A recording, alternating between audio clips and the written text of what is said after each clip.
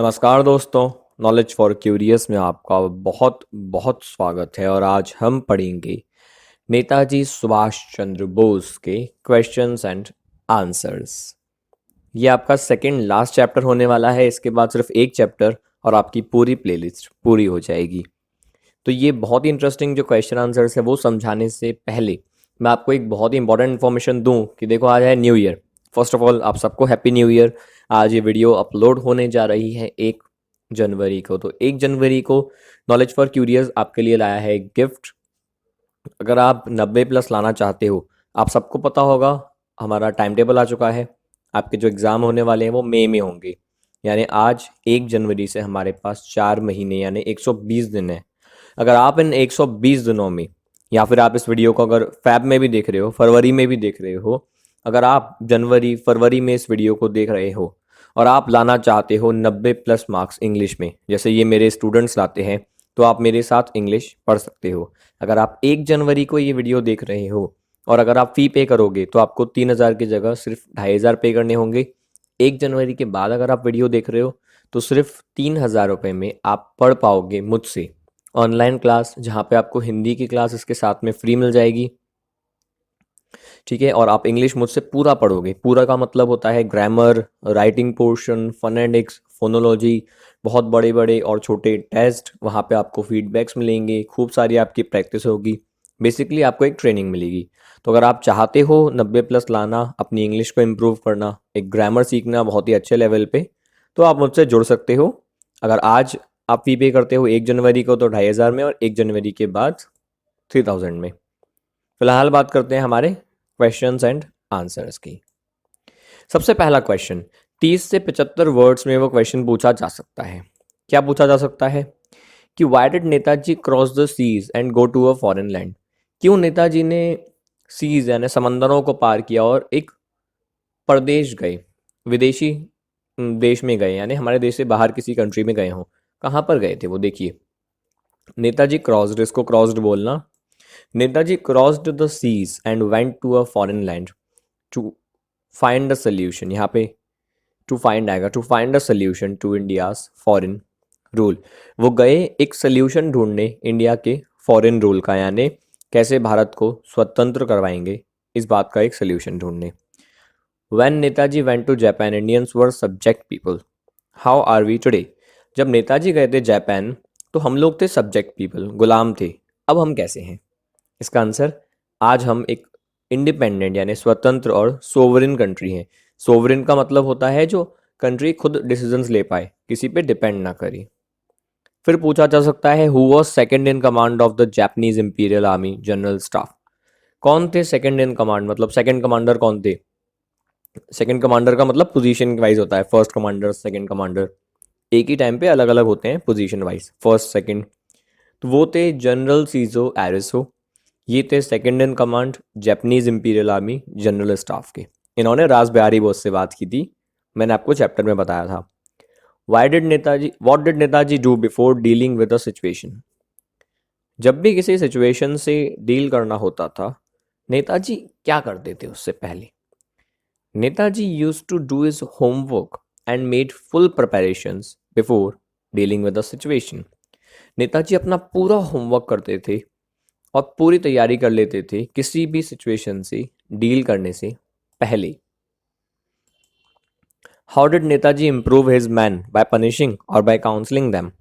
नेताजी अपने आदमियों को, अपने सोल्जर्स को कैसे इम्प्रूव करते थे? पनिश करके या उनको सलाह देके। What was Netaji's way of dealing with defaulters. Netaji का तरीका क्या था डिफॉल्टर्स से डील करने का? डिफॉल्टर्स मतलब जो लोग गलती कर रहे हैं, उनसे कैसे डील करते थे? Netaji improved his man by giving them a council for improvement. Netaji improve करते थे अपने आदमियों को एक सलाह देके इम्प्रूवमेंट के लिए, कैसे आप सुधार कर पाओगे। He was so kind that he never punished any defaulter.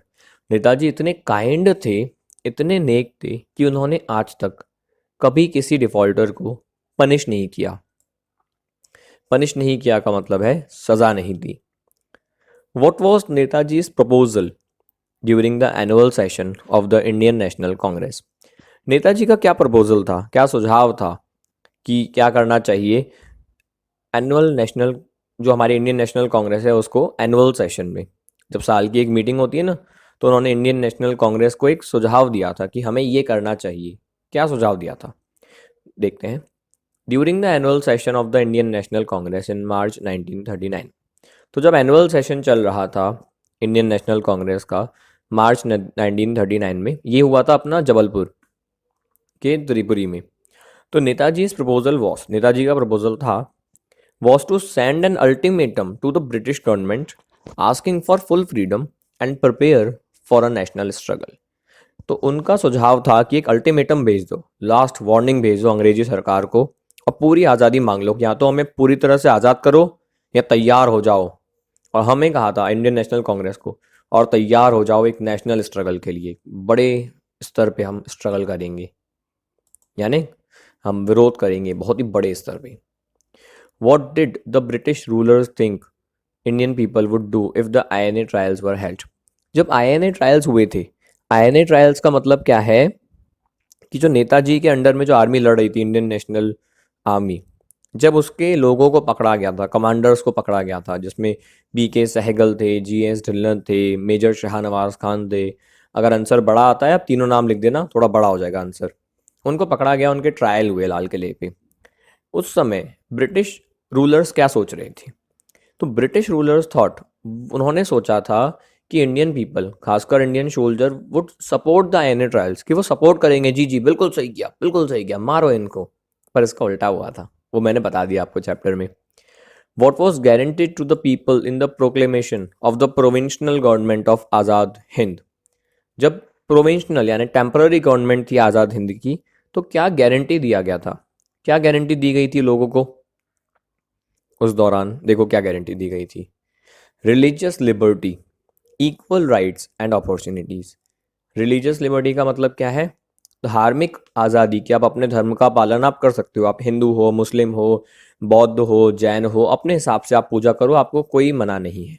बराबर के अधिकार, बराबर बराबर के अवसर, ये गारंटी की गए थे लोगों को जब प्रोक्लेमेशन हुआ। प्रोक्लेमेशन का मतलब है जब अनाउंसमेंट की थी नेताजी ने, जिस तरीके से 15 अगस्त की रात को 12 बजे, मतलब 14 और 15 के बीच वाली रात को 12 बजे नेहरू जी ने 1947 में की थी, उसी से पहले नेताजी कर चुके थे ये provisional government of Azad Hind का प्रोक्लेमेशन, अनाउंसमेंट।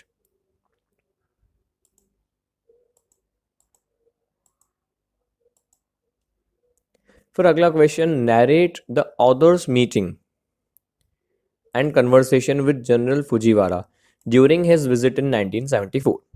तो 1974 के ऑटम सीजन में जो जनरल फुजीवारा है उनसे मिलने गए थे हमारे GS ढिल्लों। बेसिकली जापान घूमने गए थे, तो मुलाकात भी हो गई। जब वो लोग वॉक कर रहे थे जनरल तोजो के घर के पास से, तो वो युद्ध के दिनों को याद कर रहे थे। हमारे ऑथर ने जनरल फुजीवारा से पूछा कि प्रधानमंत्री तोजो, ये जो तोजो है ये प्रधानमंत्री और जनरल दोनों रह चुके हैं, तो प्रधानमंत्री जो तोजो हैं वो क्या सोचते हैं नेताजी के बारे में? तो फुजीवारा ने कहा, तोजो इतने ज़्यादा इम्प्रेस्ड है नेताजी के लिए या नेताजी से, कि उन्होंने तो कहा था कि अगर इस सदी का कोई नायक है तो वो हैं जिनसे मैं आज मिला। जब नेताजी से मिले थे उन्होंने ये बात कही थी। फुजीवारा इतना भी मानते थे, तोजो ने ये कहा, फुजीवारा ने अपना पर्सनल ओपिनियन बताया कि अगर नेताजी ईस्ट में, यानी ये इंडियन साइड से, अगर 1 साल पहले आए होते ना, तो जापान युद्ध को जीत जाता, हिंदुस्तान को आज़ादी दिलाता, उसको जितना कब्जाना है अपने आसपास का इलाका कब्जा लेता, ब्रिटिश को भगा चुका होता। अब देखते हैं अगला question, how did Netaji give expression to his compassion for his man, give one example. Netaji कैसे एक्सप्रेस करते थे अपना प्रेम अपने आदमियों के लिए, सोल्जर्स के लिए, एक एग्जाम्पल दो। इस क्वेश्चन को घुमा के पूछ सकते हैं कि ऑथर कहते हैं नेताजी का कंपैशनेट नेचर था, प्रेम भरा नेचर था। इस स्टेटमेंट को सही साबित करो, सच कहो एग्जाम्पल देते हुए। तो नेताजी एक एक्स्ट्रा ऑर्डिनरी लीडर थे, मतलब बहुत ही खास लीडर थे, ऐसा लीडर आपको नहीं मिलेगा दुनिया में। मैंने चैप्टर में भी कहा था, न भूतो न भविष्यति। उनको अपने सोल्जर्स के प्रति सम्मान भी था और कंपैशन यानी लगाव भी था। वो ओवरवेल्म करते थे, धन्य कर देते थे, उनको धन्य फील होता था सोल्जर्स को विद दिस कंसर्न, उनके कंसर्न को लेकर। जब नेताजी का उनका फिक्र देखते थे वो अपने प्रति, तो वो ओवरवेल्म हो जाते थे, उनकी आंखों में पानी आ जाता था, दिल भर जाता था, इतनी चिंता मेरी। वो इंडिविजुअली और कलेक्टिवली दोनों तरफ से चिंता करते थे, कंसर्न करते थे। सब लोगों तक खाना पहुंचा, अरे सब तक नॉनवेज पहुंचा, एक जना है जो नॉनवेज खाता ही नहीं है, इसके लिए वेज पहुंचाओ। इस तरीके से एक एक की भी चिंता है उनको, और सब लोगों की भी चिंता है। एक एग्जाम्पल है like sending a pair of boots to a sepoy with instructions to the regimental commander to check personally if it fitted the man and reply with him। अगर मान लो वो जूतों की जोड़ी भेज रहे हैं एक सैनिक के लिए, तो वो इंस्ट्रक्शन देंगे रेजिमेंटल कमांडर को, उसके सीनियर को, कि पर्सनली देख जूते फिटाए और मुझे बता कि हाँ भैया बंदे को जूते फिटा गए। तो एक एक को जूते फिटा रहे हैं, इस तक की चिंता होती थी उनको। कोई और कमांडर होता वो बोलता अभी युद्ध चल रहा है, तुमको जूते भी सही चाहिए, कागज घुसाओ लड़ो। वो नहीं करते थे ऐसा। He also helped his man wash hands by pouring water and offering his own towel to scrub hands। वो मदद करते थे अपने शोल्जर्स की हाथ धोने में। आप लोग सोचोगे हेल्प के बाद इन या टू आना चाहिए, इन या टू नहीं आता, हेल्प के बाद वर्ब की फर्स्ट फॉर्म आती है। वर्ब की फर्स्ट फॉर्म येरी वॉश। तो ऐसे ग्रामर मैं बहुत अच्छी बताऊंगा आपको, अगर आप चाहें तो डेमो भी ले सकते हैं। आगे बढ़ते हैं। तो वो पानी डालते थे अपने शोल्जर्स के हाथों पे, अपना खुद का टावल देते थे और उनकी मदद करते थे हाथ धोने में, इतना ज़्यादा अच्छे तरीके से। हाउ कैन यू से Netaji had a gift of judging the character of his man. आप कैसे कह सकते हो कि नेताजी अच्छे से जज कर पाते थे अपने सोल्जर्स का कैरेक्टर। तो नेताजी के पास गिफ्ट था ये कि वो कैरेक्टर को जज करते थे स्टूडेंट्स के। ये जो क्वालिटी है, this quality help him put the right man at the right place at the right time on the right job. इस क्वालिटी ने उनकी मदद की कि वो एकदम सही आदमी को सही जगह पर सही समय पर सही काम के लिए लगा देते थे। He picked some of his man from the dust and made heroes out of them. वो कुछ लोगों को उन्होंने क्या किया, धूल से उठाया और उसे हीरो बना दिए, जैसे जीएस ढिल्लों या बाकी लोग। How did Netaji love and appreciation bring a change in his man. कैसे नेताजी का जो लव और एप्रिसिएशन है, प्रेम और उनकी तारीफ, ये लोगों को बदल के रख देता था। ये ब्रिंग अबाउट अ चेंज कर देना। हाँ, Netaji was surely a rare leader. Netaji बिल्कुल एक रेयर लीडर थे, बहुत चुनिंदा लीडर थे, ऐसा कोई होगा नहीं।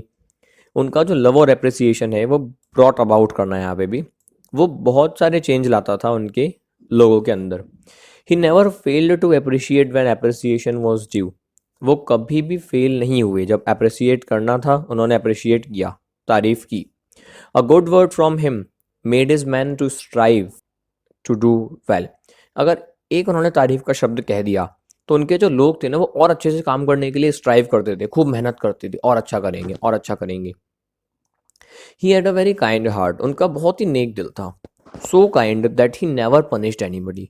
इतने वो नेक दिल थे कि उन्होंने किसी को पनिश ही नहीं किया आज तक। ही always gave a defaulter an advice so that the defaulter could improve himself. वो हमेशा गलती करने वाले को सलाह देते थे ताकि वो गलती करने वाला इम्प्रूव कर पाए। Such relationship with his man kept their morale high in spite of all difficulties and deficiencies. तो ये जो कंपैशन है, ये जो रिलेशनशिप है, इस रिलेशनशिप ने ही जो उनके सोल्जर्स हैं उनका मोरल हाई रखा, जोश हाई रखा, उस स्थिति में भी जब वो लोग हार का सामना कर रहे थे।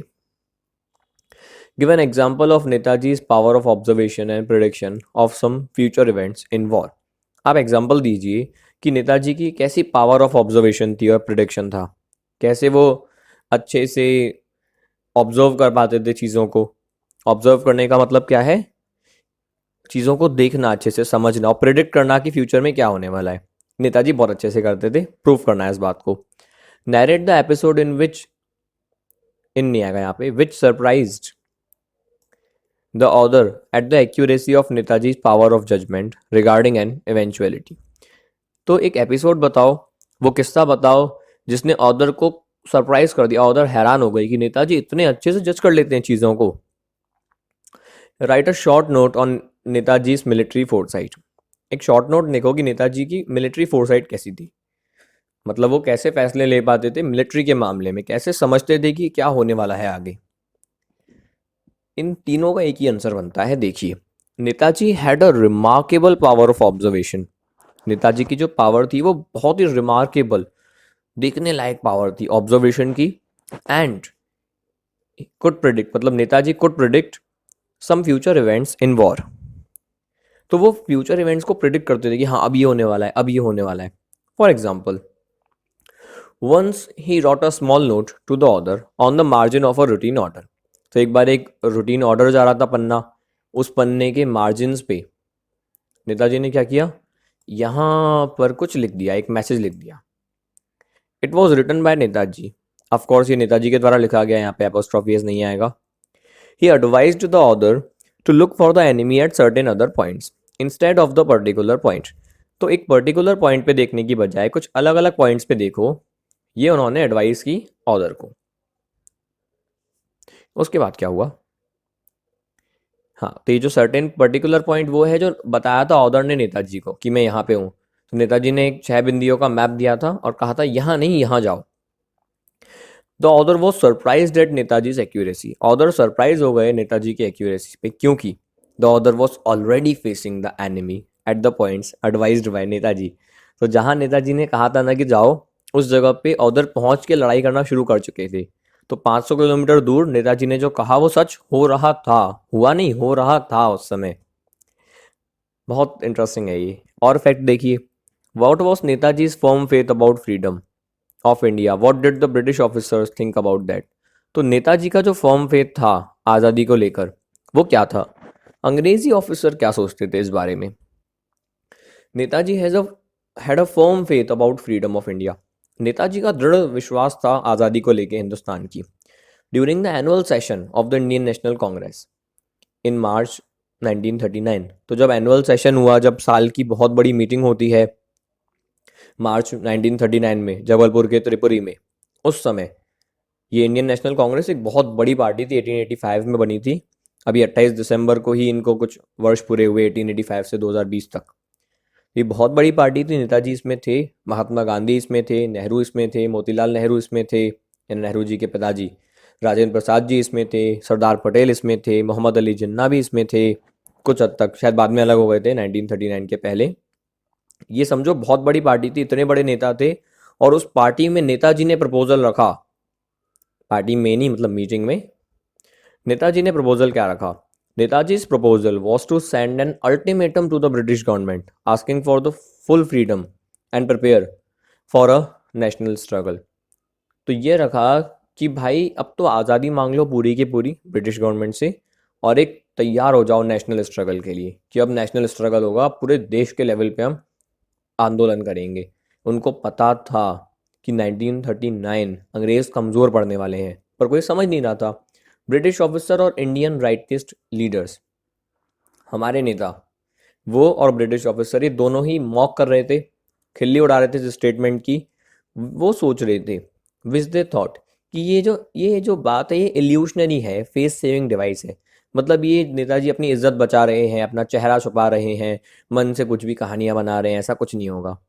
टोटल अंडर एस्टिमेट कर दिया, नहीं करना चाहिए था।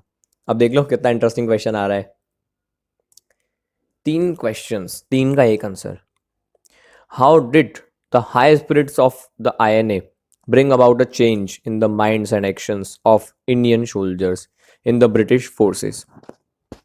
किस तरीके से जो हाई स्पिरिट्स थी, जो जोश था इंडियन नेशनल आर्मी का, वो चेंज लेके आ गया लोगों के मन में, लोगों के दिमाग में, लोगों के एक्शंस में।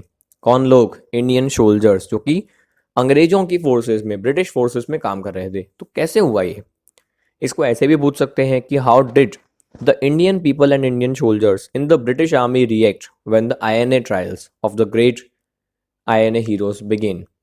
3 ग्रेट INA हीरोज बिगिन।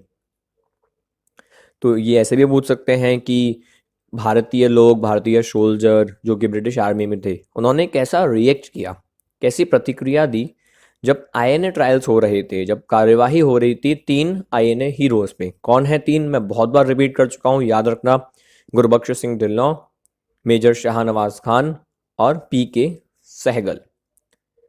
फिर आता है कि ये अगला question, there is a contradiction in the statement कि Netaji's power of generalship turned the defeat of INA into the defeat of British Raj। Prove the truth of the statement on the basis of the text। 4 marks में analytical question ये बिल्कुल आ सकता है। इस statement में contradiction है कि नेताजी की जो पावर थी उसने आईएनए की हार को ब्रिटिश राज की हार में बदल दिया। ऑफ कोर्स कॉन्ट्रडिक्शन है, विरोधाभास है। ऐसा कैसे हो सकता है कि दो में से एक आर्मी हारी और उसके हारते ही दूसरी आर्मी भी हार गई? ये इंडिया में ही हो सकता है, हमारे ही महान लोग हैं ऐसे। देखो कैसे होता है।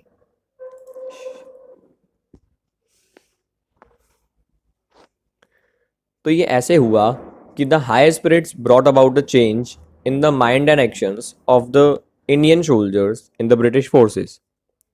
तो जो हाई स्पिरिट्स थी, जो जोश था हमारे आईएनए का, इंडियन सोल्जर्स का, जो काम कर रहे थे इंडियन नेशनल आर्मी में नेताजी के अंडर, वो बहुत बड़ा चेंज लेके आए माइंड और एक्शन, मतलब मन में और कर्मों में इंडियन सोल्जर्स के, जो कि अंग्रेजों के अंडर में काम कर रहे थे। यहाँ थोड़ा सा आपको इमेजिनेशन लगाना पड़ेगी। Netaji kept the INA in the field even in the face of the defeat. जब हार भी रहे थे आईएनए, तब भी उन्होंने फील्ड में रखा, भगाया नहीं, भगोड़ा नहीं बनाया, पीठ नहीं दिखाई। वो कहे लड़ते रहो तुम तो। He kept the moral of INA high even in the face of defeat. तो आप कभी मूवी देखना, नेताजी के बारे में पढ़ना, तो जब वो हार रही थी, खाना नहीं था, बारिश पड़ रही थी, मच्छर काट रहे थे, सर्दी लग रही थी, बीमारियां फैल रही थी, लेकिन उन्होंने मोरल हाई रखा। हम इस देश के लिए लड़ रहे हैं, तुम मुझे खून दो, मैं तुम्हें आज़ादी दूंगा, तुम बस लगे रहो, तुम बस कर्म करो, मैं तुम्हारे साथ हूं। ये नेताजी ने कहा। Such high spirits of the INA created a psychological revolution in the minds of Indian soldiers working in the British forces. तो ये जो हाई स्पिरिट्स थी, जो जोश था आईएनए का, इसने पूरी तरीके से साइकोलॉजिकल रेवोल्यूशन ले आया, लोगों के दिमाग, लोगों की सोच को बदल दिया। कौन से लोग? वो भारत के लोग, वो भारत के सोल्जर्स जो अंग्रेजों के अंडर में काम कर रहे थे। ऐसा क्यों हुआ? मैंने आपको बताया था चैप्टर में भी कि उनको खुद को फील होगा ना कि मेरे देश का व्यक्ति को मैं गोली मार रहा हूँ और मुझे उतना हाई मोरल फील नहीं हो रहा, मुझे उतना अच्छा फील नहीं हो रहा जितना मेरे हारने वाले को हो रहा है। क्यों? क्योंकि वो अपने देश के लिए लड़ रहा है और मैं अपने देश के खिलाफ लड़ रहा हूँ। तो ये जो फीलिंग है, ये आती गई उन भारतीय सैनिकों में जो अंग्रेजों के अंडर काम कर रहे थे। When the British started trials of three frontline soldiers, they expected that the Indians, especially Indian soldiers, would appreciate them. तो जब ट्रायल्स स्टार्ट हुए फ्रंट लाइन ऑफिसर्स के, तो उन्होंने ये सोचा ब्रिटिश ने कि जो इंडियन सोल्जर्स है वो उनको अप्रिशिएट करेंगे, उनको मज़ा आएगा, अरे वाह हरा दिया दुश्मनों को। ऑन द कॉन्ट्रेरी, इसके विपरीत, उल्टा हुआ। Disturbances broke out at various defence positions. अलग अलग डिफेंस पोजीशन पे, यानी आर्मी कैंप्स में, एयरफोर्स कैंप्स में, नेवी कैंप्स में, हर जगह डिस्टर्बेंसेस हुए, विरोध हुए, पंगे हो गए, म्यूटनी हुई, लोगों ने अपने ही सीनियर को मारा। भारतीय सैनिकों ने मिलकर अंग्रेज सैनिकों को मार दिया, अंग्रेजों की ही वर्दी पहने हुए। And the British has to release the officers. और ब्रिटिश ने आखिर उन तीनों ऑफिसर्स को छोड़ दिया, तभी तो जीएस ढिल्लों लिख पाए, वरना तो कार्यवाही हो जाती। अब बढ़ते हैं और बड़े आंसर्स पे। बेसिकली जो मैंने आपको सारे बताए वो भी बड़े थे। आपको लगे कि अगर ये 100 वर्ड्स तक टच कर रहा है तो बिल्कुल ये 4 मार्क्स में आ सकता है। 100 से कम में है, छोटा लग रहा है, तो वो 3 मार्क्स में आ सकता है। अब क्या पूछा जाएगा? How did Netaji act in the following situation and with what result. तो नेताजी इस सिचुएशन में, जो गिवन सिचुएशंस है, उनमें कैसे एक्ट करते थे, क्या काम करते थे और उसका क्या रिजल्ट आता था। दो सिचुएशन है, एक जब नेताजी को किसी से मिलना होता था, ये रही, और दूसरा जब उनको अपने मैन, अपने लोगों की एबिलिटीज का भरपूर फायदा उठाना हो, मतलब यूज करना हो। फायदा नाजायज नहीं है, जायज है। तो नेताजी एक्ट करते थे इन सिचुएशंस में इन द फॉलोइंग मैनर। जो मैनर मैं बताऊंगा उनमें, और जो मैं बताऊंगा वो रिजल्ट आते थे। दोनों बता देता हूँ। जब नेताजी को किसी व्यक्ति से मिलना था तो वो उसके बारे में पूरी चीज़ें जानते थे और सारी प्रॉब्लम्स को पढ़ लेते थे मिलने से पहले। रिजल्ट क्या था? आदमी खुश होके जाता था, संतुष्ट होके जाता था कि साक्षात सुप्रीम कमांडर मुझे जानते हैं। एक उनके साथ अगर बात हो गई, नेताजी के साथ इंटरव्यू हो गया, तो उसके अंदर लॉन्ग टर्म में, मतलब बहुत लंबे समय तक एक कॉन्फिडेंस क्रिएट होता है। उस कॉन्फिडेंस के बिना ना एक रेवोल्यूशनरी, एक क्रांतिकारी युद्ध करना बहुत मुश्किल है। यही सोच चाहिए होती है, यही कॉन्फिडेंस चाहिए होता है जो नेताजी बनाए रखते थे। Netaji had a remarkable quality of judging the character of the man who worked under him। और नेताजी के पास एक रिमार्केबल, बहुत ही शानदार क्वालिटी थी कि वो लोगों के कैरेक्टर को जज करते थे। कि कैसी क्वालिटी है लोगों में, उन लोगों के जो उनके अंडर में काम करते हैं। ही always put the right man at the right place at the right time for the right job. हमेशा वो एक सही बंदे को सही समय पर सही जगह पर सही काम के लिए लगाते थे। He picked some of his man from dust and made heroes out of them. कुछ लोगों को उन्होंने धूल से उठाया और हीरो बना डाले।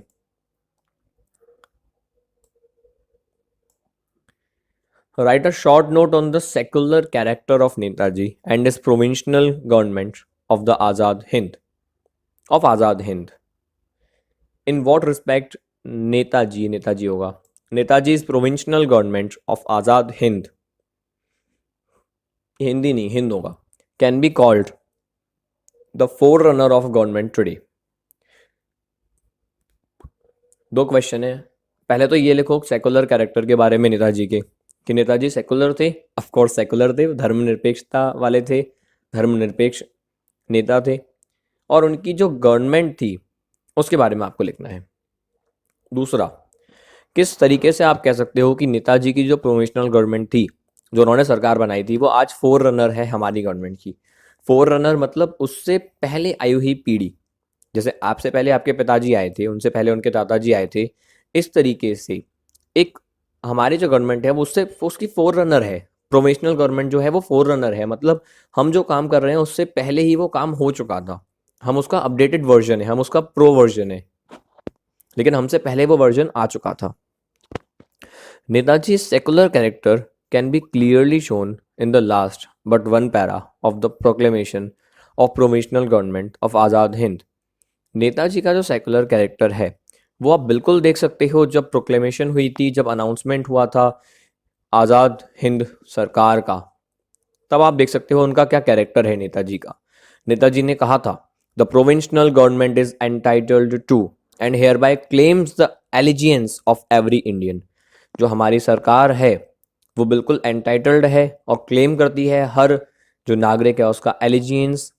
एलिजियंस का मतलब है राजनिष्ठा, मतलब जो सरकार है उसकी क्या निष्ठा है हर इंडियन के प्रति, अपनी प्रजा के प्रति। तो उन्होंने दिखाई कि हाँ भाई, मैं बिल्कुल दिखाता हूँ आपको, हमारी सरकार की निष्ठा है हर भारतीय के लिए। वो गारंटी करती है मतलब देती है हर किसी को रिलीजियस लिबर्टी, सबको धार्मिक स्वतंत्रता और बराबर के अधिकार और बराबर के मौके हर अपने सिटीजन को। It declares it's firm resolve, वो अपना दृढ़ निश्चय दिखाती है जो सरकार है कि परस्यू करेगी। परस्यू करना मतलब उसके लिए काम करना। To pursue the happiness and prosperity of the whole nation and of all its parts. हमारा जो पूरा देश है, उस समय हमें नहीं पता था कि अनफॉर्चुनेटली पाकिस्तान अलग हो जाएगा। हमें नहीं पता था कि जम्मू कश्मीर का एक हिस्सा हमसे टूट जाएगा, बाद में चाइना का हिस्सा हमसे टूट जाएगा, ये हमें नहीं पता था। हम समझते थे अखंड भारत। नेताजी के मन में वही होगा। वो कह रहे थे पूरा का पूरा देश और उसका हर हिस्सा, इसकी प्रोस्पेरिटी, इसकी खुशी के लिए हम काम करेंगे। Cherishing all the children of the nation equally and transcending all the differences cunningly fostered by alien government in the past. तो इस देश के हर एक बच्चे यानी हर एक नागरिक के लिए हम काम करेंगे, उसको चेरिश, उसको खुश करेंगे। और जो सारे डिफरेंसेस आ गए हैं, धर्म, जाति, वर्ग, न जाने हम कैसे टूट चुके थे, SC ST OBC, हिंदू, मुस्लिम, मराठा, पंजाबी, न जाने कितने हमारे अंदर बैरियर्स आ चुके थे हमारे दिमाग में। इन सब को पार करते हुए, इन सबसे ऊपर सोचते हुए हम काम करेंगे इस देश के लिए। थस इस तरीके से आप देख सकते हो जो नेताजी की गवर्नमेंट थी आज़ाद हिंद की, उसको हम कह सकते हैं forerunner of our government today. क्यों? क्योंकि आज भी देखो, ये आंसर मैंने तब लिखे थे जब इतने बड़े आंसर्स की मांग थी नहीं MP बोर्ड में। अभी आंसर थोड़े बड़े मांगते हैं, तो आप थोड़ा सा और इसमें ऐड करना कि आप कह सकते हो that the qualities of secularism and socialist government was present in the government of Netaji. कि अभी जो हम कहते हैं सेकुलरिज्म, धर्मनिरपेक्षता, वो नेताजी की गवर्नमेंट में भी थी। अब बढ़ते हैं हम हमारे आखिरी आंसर की तरफ। ये रेस कर देता हूं मैं लाल निशान। Make a general assessment of Netaji. उनके बारे में आप बताओ कि इन 2 पॉइंट्स को लेके। पहला पॉइंट है a man of brave but kind heart. एक ऐसा आदमी जो बहुत ही बहादुर लेकिन नेक दिल वाला था। बहादुरी और नेकी दोनों थी। दूसरा, अ मैन ऑफ कीन इंसाइट एंड फोरसाइट, एक ऐसा आदमी जो इनसाइट अंदर भी देखता है और बाहर बहुत आगे तक देख पाता है, ये आपको बताना है। Netaji was surely an extraordinary leader. He was a kind and a brave man with keen insight and military foresight. Netaji बिल्कुल एक एक्स्ट्रा ऑर्डिनरी लीडर थे। वो बहुत ही नेक थे और ब्रेव आदमी थे, और उनके पास इनसाइट और फोरसाइट दोनों था। अंदर भी अपने बहुत अच्छा फीलिंग्स को देखते थे और बाहर मिलिट्री फोरसाइट भी बहुत अच्छी थी कि कौन से इवेंट होने वाले हैं। Netaji never failed to appreciate when appreciation was due.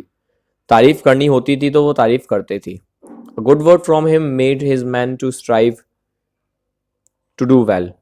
ये टू नहीं आएगा यहाँ पे, made his man strive आ जाएगा।